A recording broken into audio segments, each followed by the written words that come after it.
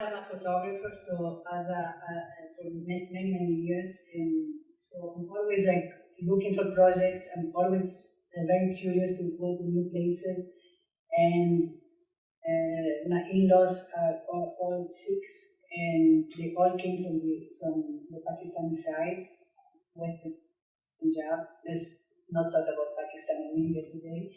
And first time I went to Punjab was in 2011 and 2014 to lay the ashes of my mother-in-law and my father-in-law.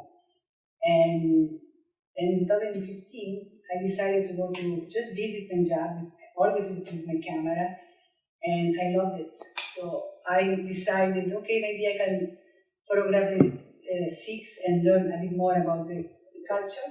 And so I started going to Punjab with the idea of just exploring the region and exploring the culture of my husband.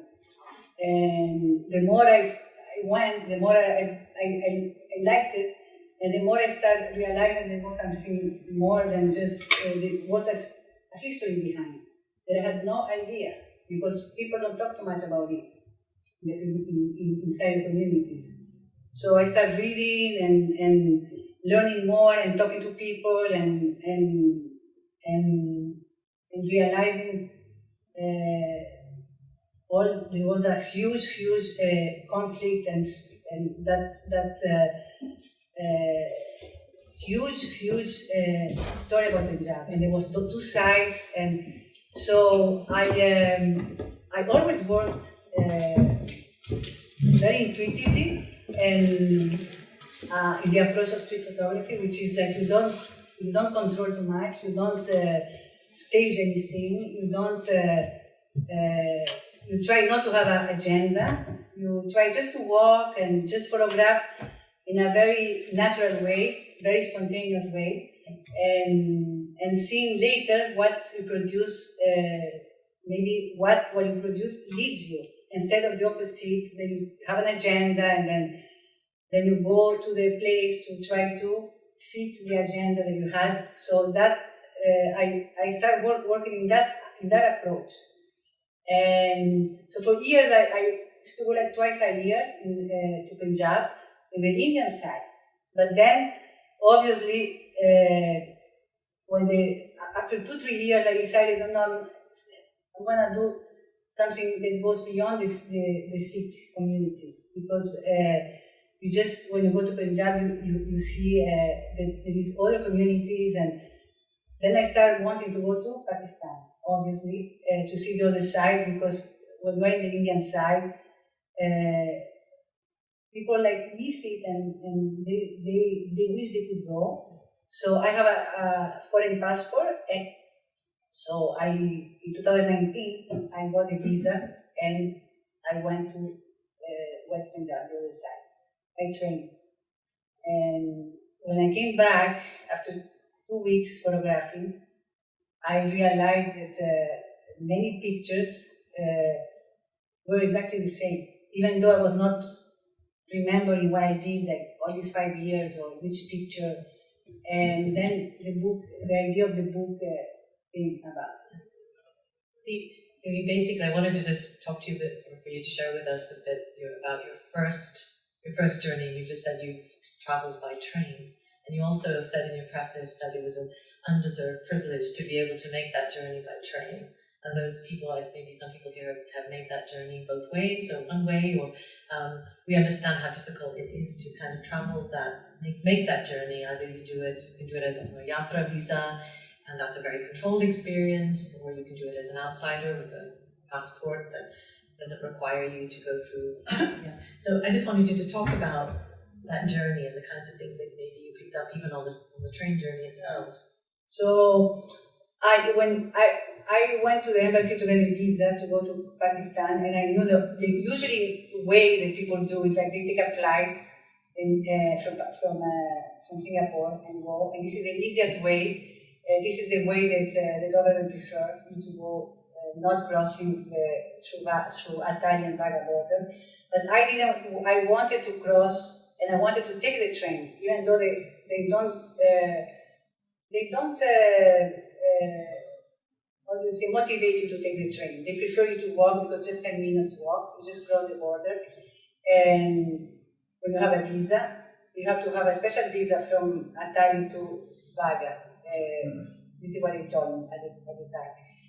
And so, but I wanted to cross because I wanted to, after reading all the books about partition and all what happened, and even though I was maybe not going to focus on that, my book or my work, I wanted myself, out of curiosity, to experience a crossing, just to see how it is to cross by train. And because somehow the train became kind of big in my mind, or in my inside that story of partition. And I wanted just to maybe imagine myself in that train crossing and how it was before, and imagining that people like all what happened, right? It was pure curiosity for myself. When I arrived there, the men in the station, they were not wanting to let me in, trying to convince me to just walk in. But I insisted, and I was not going to take no, and they accepted that I take the train, and it took, I went with a friend, which is a photographer too, and I remember that we have to cross the rails with the bags, the stones, because there was no way to get to the station.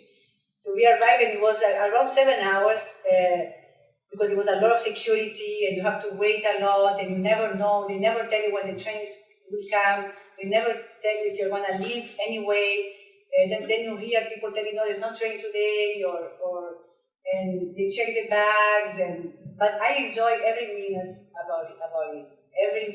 I would take a photograph of everything, and I wanted to take also the photograph of crossing the border, and even though I had already photographs going by foot, I achieved to go there and take, even it's not so easy, but I had already. But I wanted, I don't know, there was something about crossing and the people. The train had 70 people, more or less, divided in a few coaches. So it was about 10 people per coach. And the people realized that I wanted to take pictures, even though that it was not allowed. But they all held me out when we crossed the border, asked, yeah, come here, take here. And when we arrived, I wanted to leave to finish. So for me, it was very intense, that crossing. And it was important for me to cross to make the work. I don't know why. I have no answer for that. But I enjoy it, and I think it gives me some level of awareness. Because when I started making that project, I always felt like, okay, I'm a foreigner, I have no idea what happened, so I always felt like I needed to read and know, because I felt that, I don't know, I felt that I needed more background, and I wanted to know more, to feel more comfortable to do that project, and to feel that I get it right. Because I was as I told Navtej, I was terrified to get it wrong, to make a mistake and people get upset, and so I wanted to just experience in my own way. I'm not an academic, so I read a lot of books, but I'm not going to read like so much that I will get all my information through books. I like to go and experience myself and take my own conclusions, or just, it's all about feeling that book anyway. It's all about emotion. And so that was why I crossed the border. Which has separated Punjab. What examples did you find that gave, what other kinds of thoughts have you had on inspiration? Around home and that concept of Watan? I think the concept came because when I was starting the project, and when I decided, okay, I want to do a book, or I want to do anything. It was not even a book. I could have done an exhibition or whatever, but a book was, when I came back from Pakistan and I saw that similarity, I thought, okay, I can do a book. And I always think that photography, the best way to display them is always in a book, because it has a sequence, the paper, you don't have a glass. It's the right way to use photography. But that, I feel I needed to find to find a concept or an idea of the book. And Watan came more of a taking out everything, like I was telling you, right? That okay, I don't want to use the word Pakistan or India. I don't want to use this. I want to take out the religion because otherwise people are gonna fight. I wanted to make that unity and just that idea of an undivided land. And by taking everything out, I was left just with Watan, with the idea of homeland. And that was why I thought, okay, that is the right way. I was hoping it was the right way. Because I was telling you earlier, once I had a lot of recording and a lot of ideas, and once I take everything out, it became almost like something that became so simple. And that is the idea of homeland, and maybe related to me also, because in a way I'm very diverse, and I'm always looking for that homeland of my own. It's not mine, but that idea is very present in my life. So it was not that difficult to focus on that. That's not an easy task to do, actually, to talk about this part of the world without using concepts, either it's India, Pakistan, nationalism. Of course, we're in a period in terms of India and Pakistan where religion is in power, both sides of the border. It's not just two-nation theory. It's either Indian nationalism, which is very much tied to a particular, very exclusive notion of in the majoritarianism, we might call it. Pakistan's side, it's an Islamic Republic. We understand. See any major symbols, and obviously what I did, that was conscious. I didn't go to any festival, any religious festival. I avoid all these functions because also there is a lot work done by photographers in India, which I think end up being very cliche, just easy work, because it's easy to go just to a festival and have somehow good photos or dramatic photos, or go to those kinds of events which somehow give you good images. So I avoided all this, and I just went to the smaller village I could find. Even medium big villages I avoided. Only very, very rural villages to try to find this connection with the land. And also, he was not very aware of that. I also enjoy to photograph in these places. People are very welcoming, extremely nice, and also that gave me also the chances to have a canvas to obtain good images, because it's so raw. It's very, very, very raw, and so this is why it was. It happened out of intuition, but also the location gave me that. They gave me that. I didn't do much. I just took pictures. Did you remove those kinds of symbols then, or not necessarily remove them, but you were not looking for the symbols. In fact, you were trying to avoid them. I wonder if you could tell us a few of the examples of those photos where you can't tell where they're taken. I have can I go there? I have some, not obviously not every image have that, but I feel since I went only once to Pakistan, and I was only not even 2 weeks there photographing, and in very not so easy conditions, because I was not allowed to photograph there. I didn't have the permit or whatever, so it was a bit on the so I saw that even having a few, it was kind of a good sample. It could be I could use that as a representation. I would imagine if I stay 1 year, how many I could have.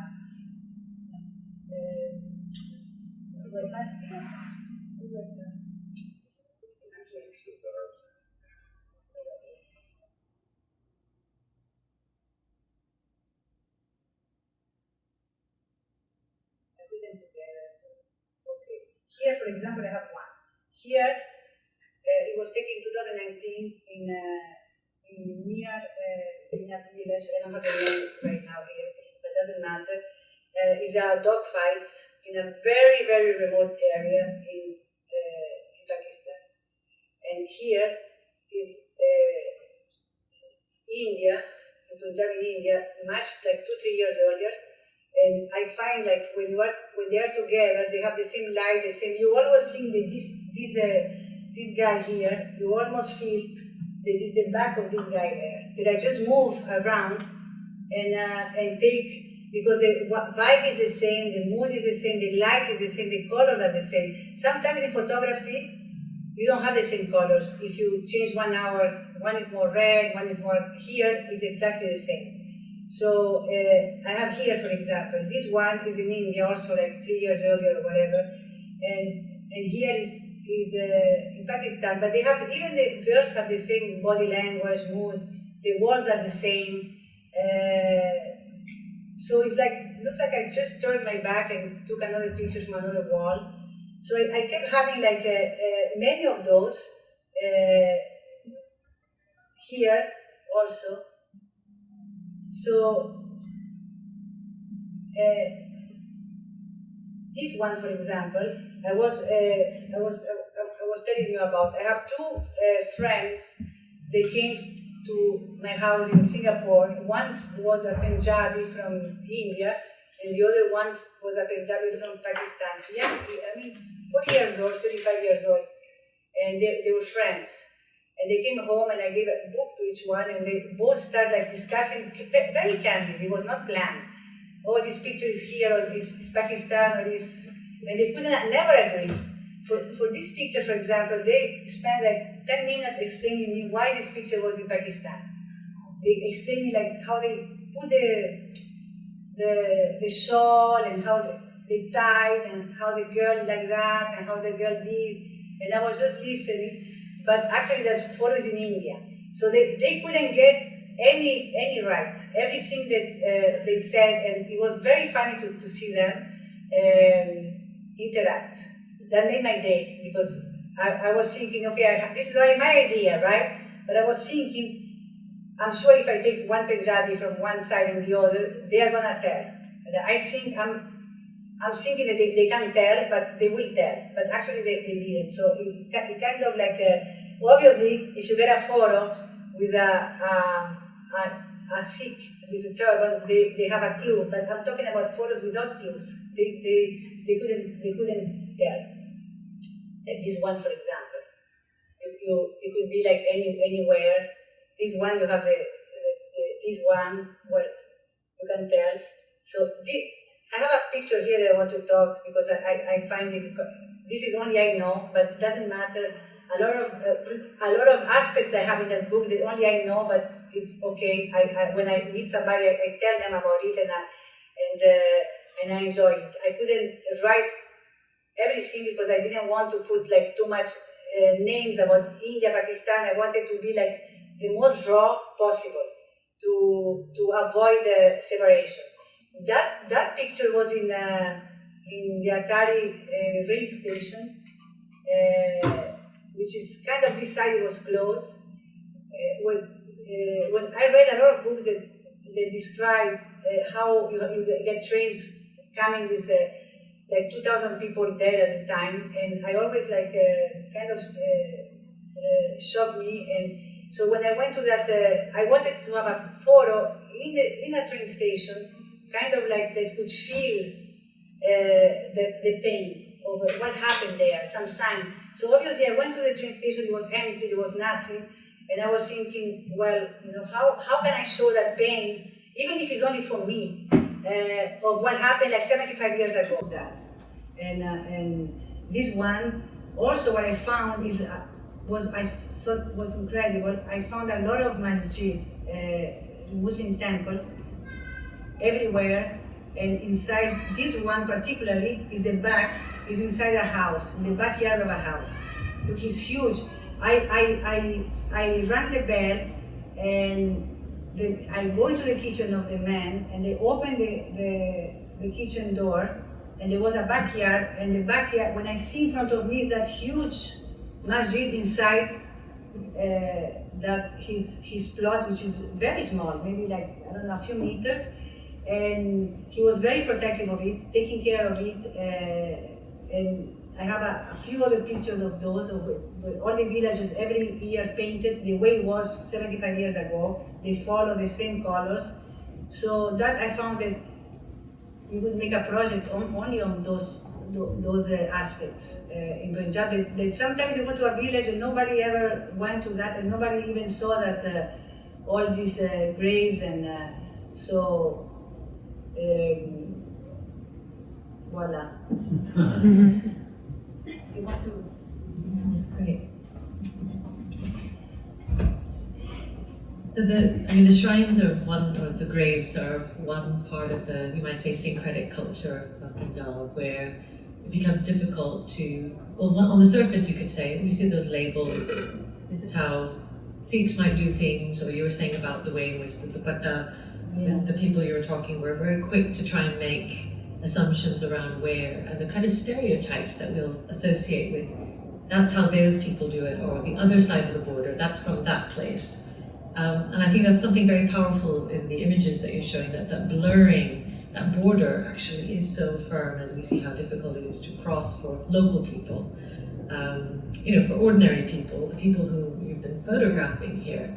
And yet, when you go down to that level of, and you're focusing on human experience, human agency, the connections, the fact that even maybe looking after a mosque, but even the local practices are so similar, whether it's the hanging of the laundry or the ongoing every day. I'm just wondering, are there any, there's something very hopeful about this book, which is excellent, obviously, in this time in which we see minorities in particular on both sides of the border being persecuted, attacked, and yet you have consciously, it seems, have focused in the concept of Watan and also looking at love, have managed to kind of create a book or a space for, and these images of imagining a Punjab that isn't haunted by this past, of course, of violence that the partition is part of, but also post-partition too.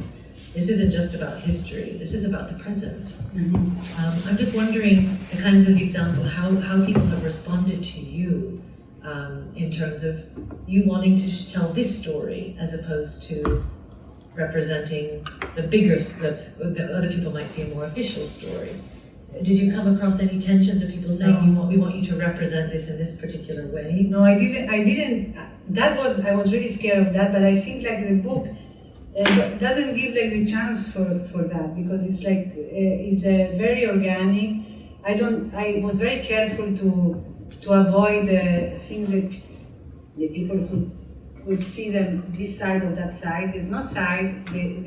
So I think that helped, and also I use poetry to try to go back to that very, very to the culture. Those are all poems that are quite known, and also like poets like Amrita Pritam is loved on both sides. So she wrote in both scripts. So I think all these I try to be fair and so I don't see that I gave like the opportunity for that to happen. So I got a good. If you give the book to a Punjabi, he connects right away, and that was. I felt very pleased about that. I felt like they all feel the love, even though there is an acknowledgement of the partition, and I was not going to completely ignore it, but it's very gentle. I wanted to be like as gentle as I could, and I think the Punjabis, they all come across that love and that connection, and that idea of Punjab was one time one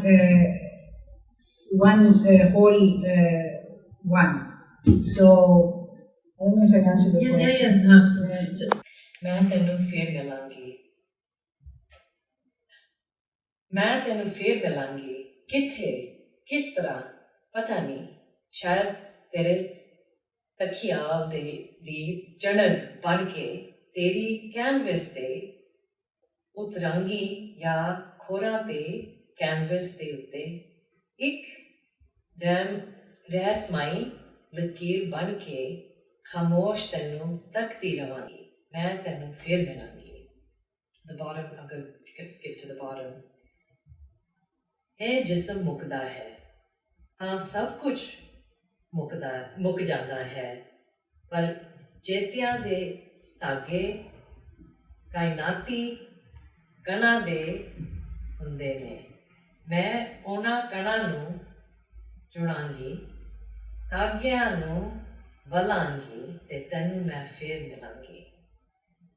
Sorry, I didn't have my reading glasses, so I should have changed them. They were on the other side. So I'll meet you again. How and where I know not. Perhaps I will become a figment of your imagination, and maybe spreading myself in a mysterious line on your canvas, I will keep gazing at you. And at the end, when the body perishes, all perishes, but the threads of memory are woven of enduring atoms. I will pick these particles, weave the threads, and I will meet you yet again.